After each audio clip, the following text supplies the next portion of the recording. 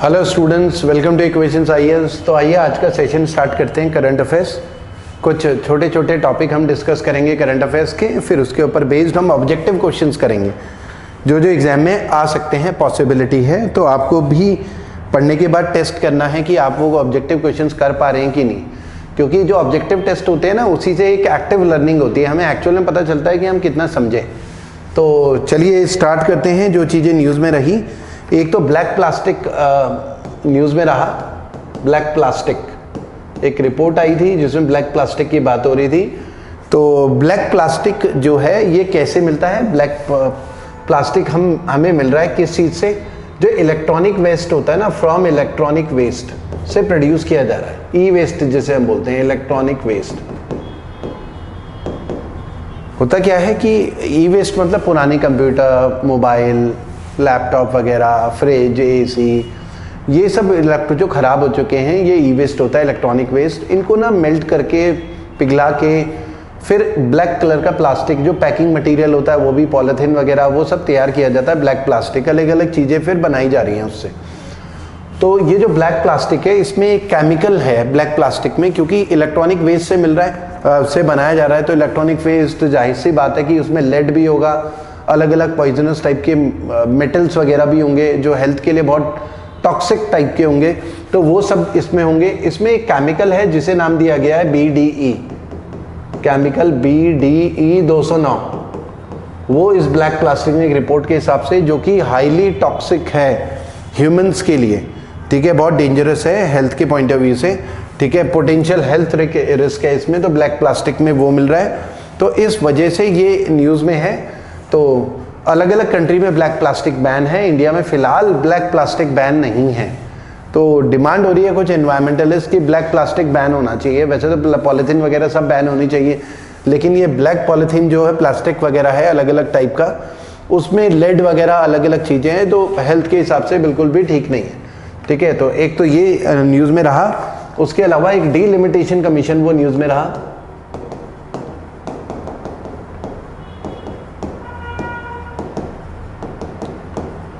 Delimitation commission act की ही बात कर लेते हैं। Delimitation commission act, delimitation commission act का मतलब क्या है कि जैसे इंडिया में 543 लोकसभा की सीट है।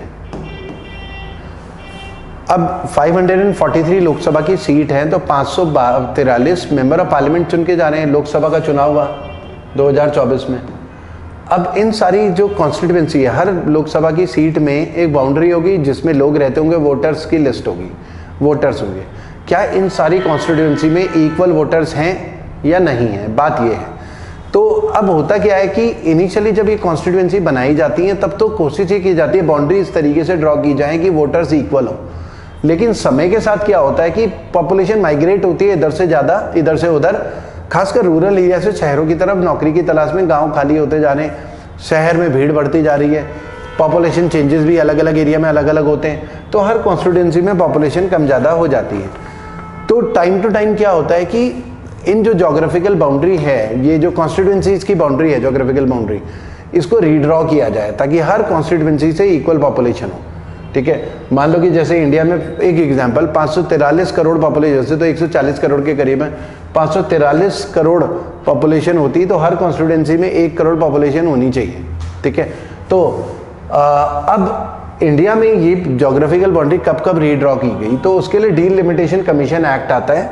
अब वो किस बेसिस पे होता है? जब सेंसस हो जाता है, पॉपुलेशन की काउंटिंग हो जाती है, सेंसस, तब ये डीलिमिटेशन कमीशन एक्ट आता है, ठीक है। जैसे 1951 का सेंसस हुआ, तो इंडिया में सबसे पहला डीलिमिटेशन कमीशन एक्ट आया 1952। फिर 1961 का सेंसस हुआ, सेंसस हर 10 साल में होता है, पॉपुलेशन काउंटिंग, फिर 1962 में आया। फिर सेंसस हुआ 1972। तो यहाँ तो शुरू के 3 साल तक लगातार रहा आज़ादी के बाद, टाइम टू टाइम हर 10 साल में डीलिमिटेशन आता रहा, ज्योग्राफिकल बाउंड्री रीड्रॉ होती रही, लेकिन उसके बाद नहीं हो पाया। उसके बाद सीधे फिर 2001 का सेंसस आया, 2002 में डीलिमिटेशन कमीशन एक्ट आया, बाउंड्री रीड्रॉ भी। तो हमारे देश में अब 2002 के डीलिमिटेशन कमीशन एक्ट के बेसिस पे ही ज्योग्राफिकल बाउंड्री रीड्रॉ की गई है, जिसमें 2001 का सेंसस लिया गया है। तो अब 2025 चल रहा है, तो 2025 अब पॉपुलेशन में कितना चेंज हो गया होगा, ठीक है। तो 2011 में भी नहीं हुआ, 2021 में भी नहीं हुआ। तो अब अगला जो डिलिमिटेशन कमीशन एक्ट है, अभी तो फिलहाल 4 आ चुके हैं, 5वां जो है 2026 के बाद जो फर्स्ट सेंसस होगा, पहला सेंसस, उसके बेसिस पे डिलिमिटेशन कमीशन एक्ट आएगा और दोबारा से बाउंड्री को रीड्रॉ किया जाएगा। क्योंकि इसमें अब सवाल ये हो रहा है कि कुछ जैसे नॉर्थ इंडिया है, नॉर्थ इंडिया पॉपुलेशन ज़्यादा बढ़ गई, साउथ इंडिया की उतनी ज़्यादा नहीं बढ़ी, तो डिलिमिटेशन कमीशन एक्ट आएगा तो लोकसभा की सीट्स भी चेंज होंगी, जाहिर सी बात है। तो नॉर्थ इंडिया की ना लोकसभा की सीट्स ज़्यादा बढ़ सकती हैं, साउथ इंडिया की भी बढ़ेंगी लेकिन उनकी कम बढ़ेंगी, नॉर्थ इंडिया की ज़्यादा बढ़ सकती हैं। तो इसको लेके खींचतान चल रही है साउथ और सेंटर के बीच में।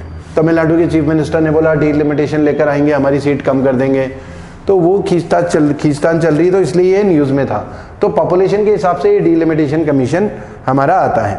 उसके अलावा हाँ जी, उसके अलावा एक करप्शन परसेप्शन इंडेक्स, ये न्यूज़ में रहा, corruption perception index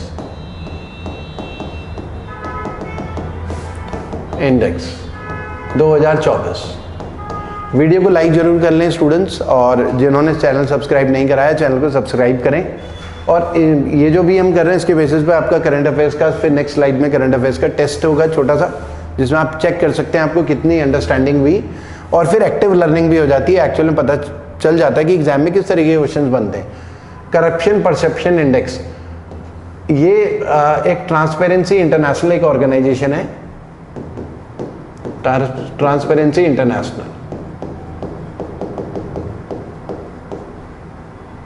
international organisation है, ठीक है। और ये जर्मनी में है, 1993 में बना हुआ है। जर्मनी बर्लिन जर्मनी में इसका ऑफिस है, बर्लिन जर्मनी। जो कंट्री को रैंक करता है करप्शन परसेप्शन के हिसाब से, मतलब वहां पर देखा जाता है कि इस कंट्री में सरकार या सिस्टम कितना करप्ट है, ठीक है। तो वो देखा जाता है, परसेप्शन देखा जाता है, सर्वे किया जाता है, परसेप्शन देखा जाता है कि परसेप्शन करप्ट सरकार का है या ट्रांसपेरेंट सरकार का है, ठीक है। तो उसके बेसिस पे रैंकिंग होती है। तो 180 कंट्रीज की रैंकिंग भी है, 180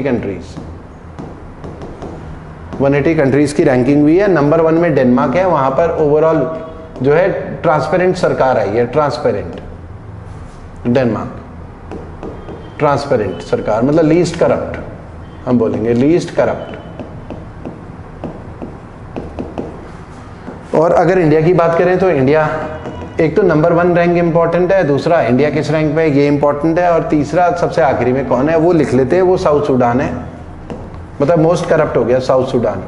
तो ये भी एक न्यूज़ में रहा है कि इंडिया की रैंक 96 है, जबकि अपोजिशन वाले बोल रहे हैं, मोदी सरकार बोल रहे हैं कि ना खाऊंगा ना खाने दूंगा, लेकिन इंडिया की रैंक तो बहुत पीछे है। तो इस वजह से ये न्यूज़ में रहा। तो आइए इसके ऊपर बेस्ड जो हमने डिस्कस करा क्वेश्चन हम करते।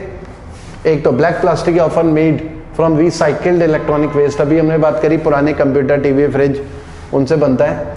पोटेंशियल कंसर्न, तो क्या है इसमें, flame retardant and heavy metal it में कंटेन, तो बी हमारा आंसर है।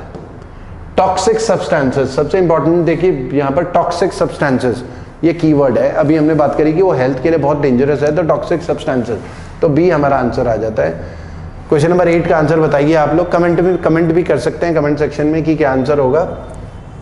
Purpose of delimitation commission geographical boundary, Lok Sabha Vidhan Sabha की कॉन्स्टिट्यूएंसीज को भी रीड्रॉ करने के लिए होता है। तो redraw the boundaries of Lok Sabha and Vidhan Sabha as per population, equal population, तो इस वजह से पॉपुलेशन इक्वल रखनी हर कॉन्स्टिट्यूएंसी में, इस पर्पज से ये किया जाता है। तो इंडिया में अभी तक 4 बार ही डिलिमिटेशन आया है, तो बी हमारा इसका आंसर हो जाता है। 9 corruption perception index transparency international लेकर आता, तो बी, जिसमें नंबर 1 में डेनमार्क है, अभी हमने बात करी। 96 नंबर पे इंडिया है, और 180 रैंक जो है वो साउथ सूडान की इसमें बनती है। उसके अलावा अब आते हैं